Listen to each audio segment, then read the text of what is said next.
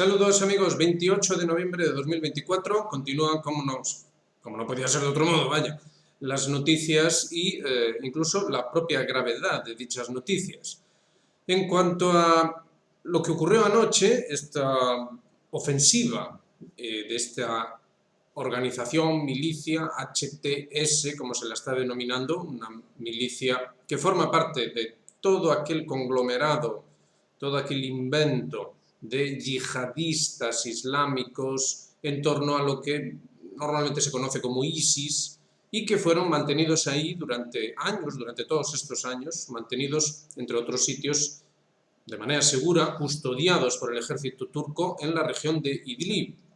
Esta región, que en realidad es del territorio sirio, pero que el ejército sirio nunca pudo llegar a recuperar y que, bueno, se mantuvo esta situación durante todos estos años y ahora misteriosamente ocurre este fenómeno, atacan por la zona occidental Alepo, la ciudad grande más cercana, y tenemos a los turcos involucrados. Fíjense que el Ministerio de Exteriores iraní ha dicho que, ha llamado la atención a los turcos acerca de que no tienen derecho legítimo para estar en territorio sirio y que deben desistir de llevar a cabo esta operación.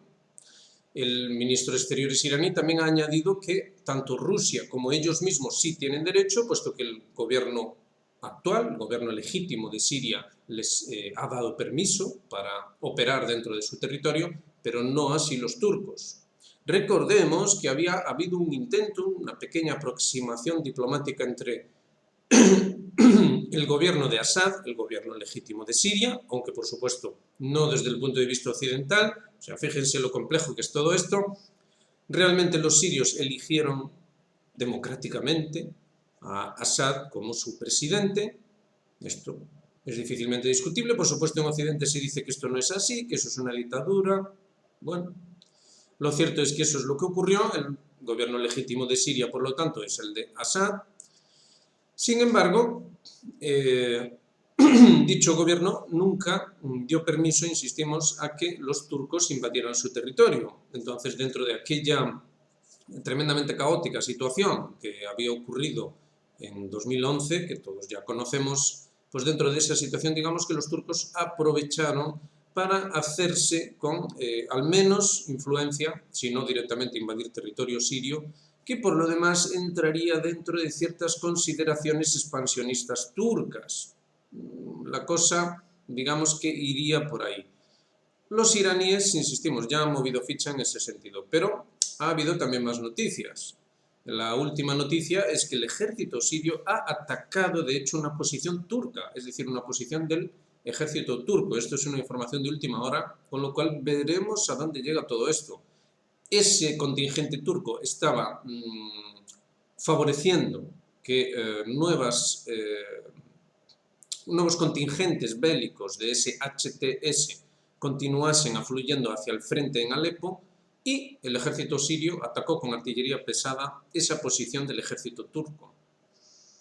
Veremos cómo deriva todo esto, pero la verdad hace pensar que quizá lo que se está haciendo aquí es abrir un nuevo frente.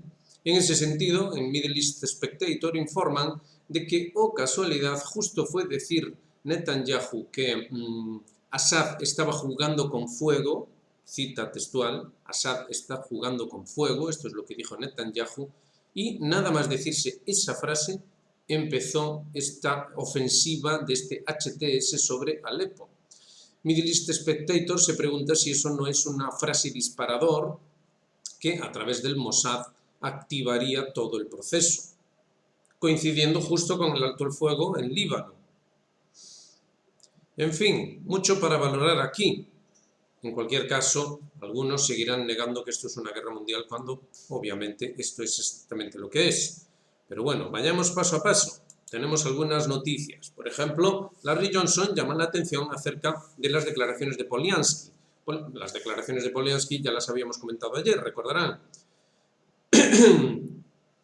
Johnson conoció en persona a Poliansky con motivo de un discurso que el propio Johnson dio en la ONU y Poliansky incluso habló intercambió palabras con Johnson y Johnson considera que Polianski no es del tipo de persona que habla por hablar, con lo cual sus graves declaraciones son para tenerlas en cuenta. Sus graves declaraciones simplemente hacían referencia, la verdad, eran sencillas y fáciles de entender, hacían referencia a que ante la escalada o recrudecimiento de la posición occidental con respecto a Rusia, los rusos sencillamente iban a hacer una respuesta espejo, es decir, si ustedes hacen una acción, nosotros devolvemos otra acción equivalente.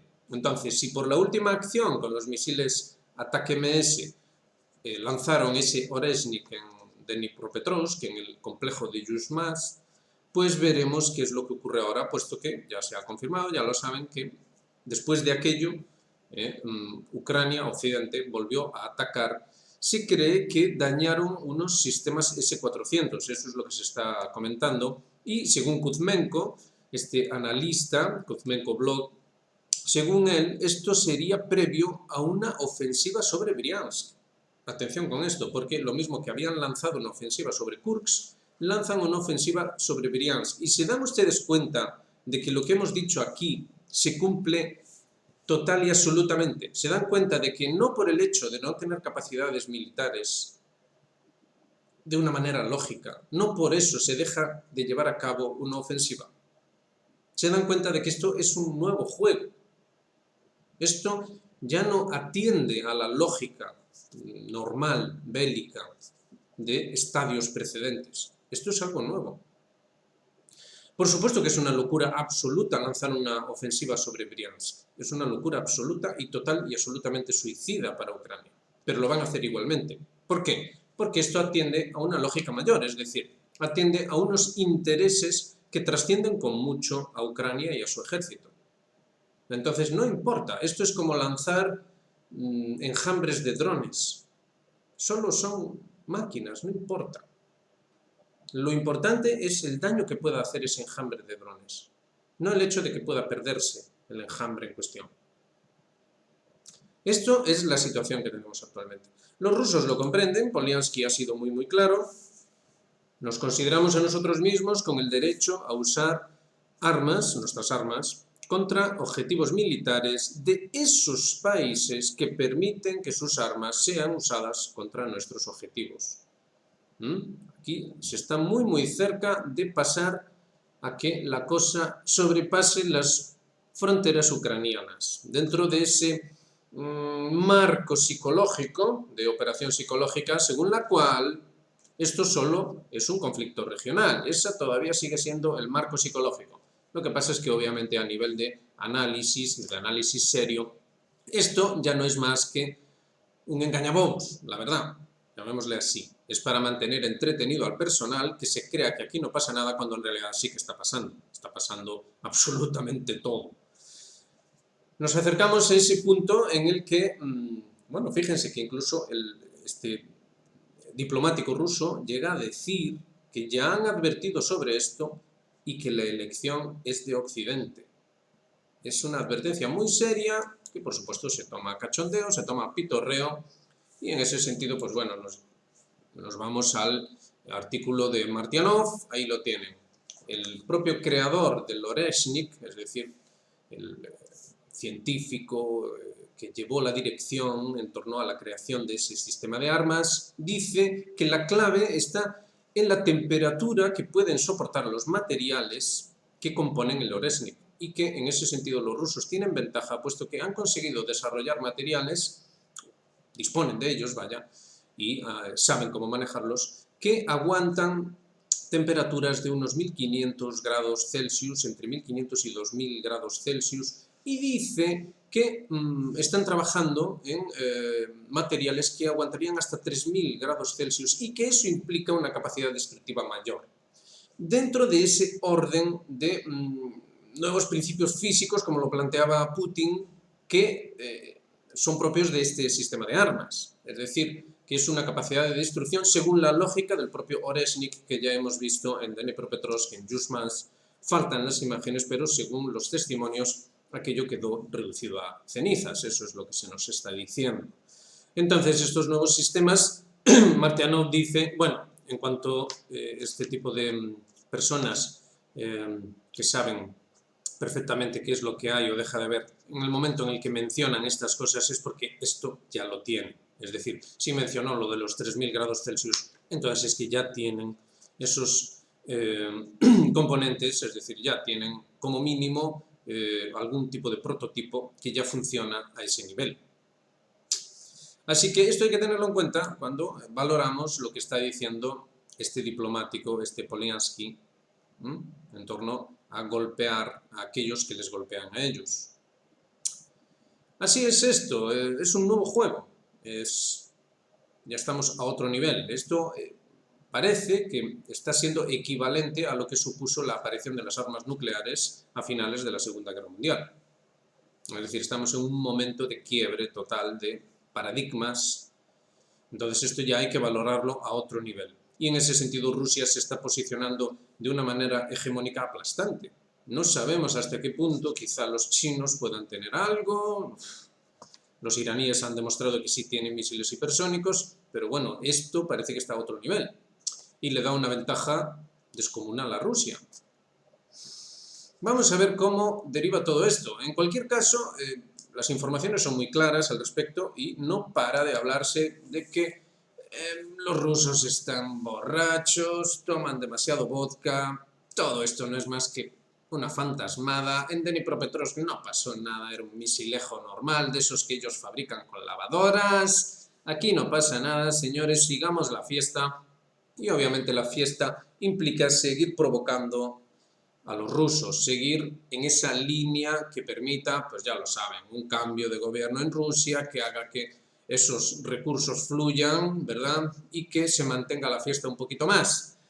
¿Y por qué? ¿Por qué es necesario tener esta posición? ¿Por qué es necesario pensar así? ¿Por qué de hecho se piensa así? Ahí lo tienen, ahí tienen el gráfico. La razón es esta, no nos equivoquemos, la razón es esta. Esto es un gráfico acerca de cómo los bonos franceses están alcanzando niveles de la crisis de deuda. Recordarán la crisis 2011-2012 que hizo que se tambaleara la Unión Europea en torno a que no se pensaba dentro de ese mercado, ese dios mercado, ¿no?, tan característico de los tiempos en los que vivimos, ese dios mercado no consideraba que los países europeos pudiesen hacer frente a su propia deuda. Entonces ocurrió todo aquello que ya ha sido olvidado por lo demás, y los niveles de esa calificación crediticia, como lo llaman, todas estas fórmulas legalistas, insistimos, están ya por encima de cualquier nivel excepto el de aquella crisis. Es decir, que estamos caminando hacia aquella crisis otra vez. Una crisis que, por supuesto, que no quedó solventada en absoluto, todo lo contrario. Digamos que el remedio que se propuso, lo único que hizo fue enfatizar la enfermedad. Los niveles de deuda son ahora muchísimo mayores de lo que eran en aquel momento. Y claro, era cuestión de tiempo que se presentase este evento. Bueno, pues no hace falta tampoco romperse mucho la cabeza. Los economistas habían advertido de que la Unión Europea, la economía europea, no va a poder soportar una paridad euro-dólar, pues ahí lo ven en el último párrafo. El euro ya ha caído a 1,03, es decir, la paridad está ahí a la vuelta de la esquina. Esto implica ciertas cosas que, la verdad, no se pueden tapar, excepto con una guerra mundial. ¿Quién fue el que dijo que había que mandar tropas europeas a Ucrania? Fue el señor Macron, ¿verdad? ¿Quiénes han seguido insistiendo durante todo este tiempo? El señor Le Cornu ha aprovechado cada ocasión para recordar aquello. ¿Quiénes han enviado sus misiles Scalp, gemelos con los Storm Shadow, pero de fabricación francesa? Bueno, lo que demonios sea que signifique eso en estos tiempos. Fueron los franceses, claro que sí. Los franceses están muy interesados en que la guerra se salga de madre. Necesitan esa eventualidad en la que Rusia cae, vuelven los tiempos de Yeltsin y continúa la fiesta. Necesitan eso. Vivimos, ya lo hemos dicho aquí muchas veces, en una fantasía de sector servicios. Llevan décadas diciéndonos eso. las economías avanzadas son las economías de servicios. Eso es el futuro, eso es lo único que vale la pena. Los demás son tontos, los demás son tontos. Esos rusos que andan ahí con materiales que no sé qué, cuántos grados, eso es ser tonto, eso es ser tonto. Eso es vivir en una gasolinera con armas atómicas.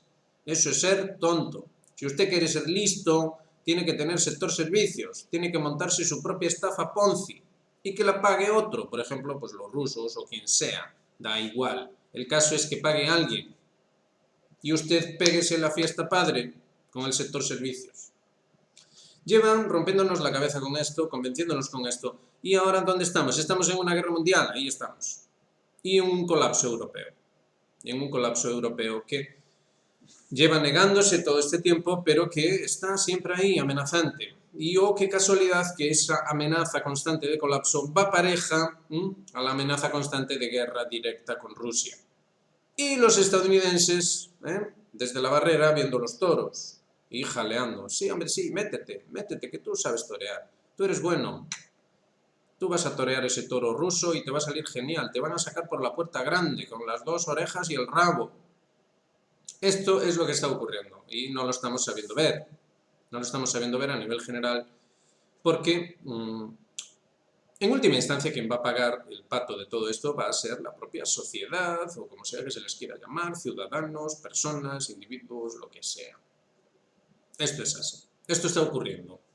En fin, no vamos a insistir más, simplemente llamar la atención sobre que, atención, porque la administración Trump, lo hemos estado diciendo aquí, nos hemos arriesgado, ¿verdad? No hemos hecho amigos diciendo que lo de Trump era todo un puro engaño y que no iba a cambiar absolutamente nada, sino todo lo contrario. Y por desgracia, bueno, se nos está dando la razón. Decimos por desgracia porque en realidad a nosotros nos hubiera gustado que efectivamente la administración Trump trajese la paz y que hubiese un cambio de enfoque en torno a toda esta locura. Pero no es así. La administración Trump ahora está hablando de invadir México, nada más y nada menos. Pero dicen que es una invasión suave. Ya empezamos con los eufemismos, ¿sí? Con los neologismos y con todos estos términos. No, es que es una invasión suave. Una invasión suave no pasa nada, eso está muy bien. Claro, está muy bien, pero México es un país soberano. Es decir, obviamente no pueden permitir ninguna invasión por suave que sea. Esto es algo increíble. Estamos viviendo esto y, por desgracia, la guerra amenaza con extenderse pues, a todos los rincones de este planeta. En fin, paciencia, reflexión acerca de qué significa todo esto y cuál es la vía, la auténtica vía alternativa, ¿vale? Cabe reflexionar sobre eso, vean nuestros anteriores vídeos, siempre estamos insistiendo sobre lo mismo y trayendo siempre nuevas pruebas, nuevos análisis que sustentan esa tesis principal, y la tesis principal no es otra, que el proyecto moderno es un absoluto fracaso, una monstruosidad, una aberración y que es necesario construir una alternativa, nada más y nada menos. Esto es la realidad, puede gustar más o menos, pero sigue siendo la realidad. Así que ya saben, hagan me gusta, suscríbanse, activen notificaciones, háganse miembros de Geopolítica Actual, apoyen este proyecto. Aquí ya saben que no decimos las cosas que son populares, nos limitamos a decir la pura verdad. Si es que nos equivocamos, y ojalá nos equivocáramos más, la verdad, pues no nos va a costar nada pedir disculpas y rectificar. No se trata de eso, no se trata de ser el más chulo del pueblo y por ahí diciendo que tiene razón. No se trata de eso, sino más bien de ensalzar el ejercicio de la veracidad, que es algo total y absolutamente denostado. Entonces, pues bueno, ahí estamos cumpliendo esa función, apóyennos y por lo demás aquí seguiremos. Venga, un saludo para todos, nos vemos en la próxima.